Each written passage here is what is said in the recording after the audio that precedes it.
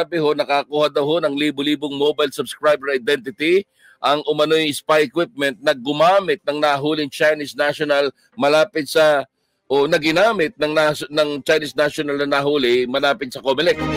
Ayon kay National Bureau of Investigation spokesperson Ferdinand Lavin, ito'y dahil sa International Mobile Subscriber Identity o IMSI catcher na kaya makasagap ng mga sensitibong data at impormasyon gaya ng text messages, mobile numbers at tawag mula naman sa mobile phone.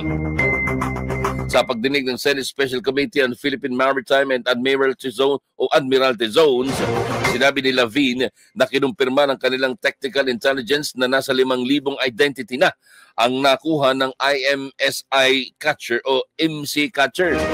Ang sasakyang may IMSI o may IMSI ay nag-iikot-ikot umano sa paligid ng Supreme Court, Department of Justice, Villamor Air Base, Bureau of Internal Revenue at sa Comelec.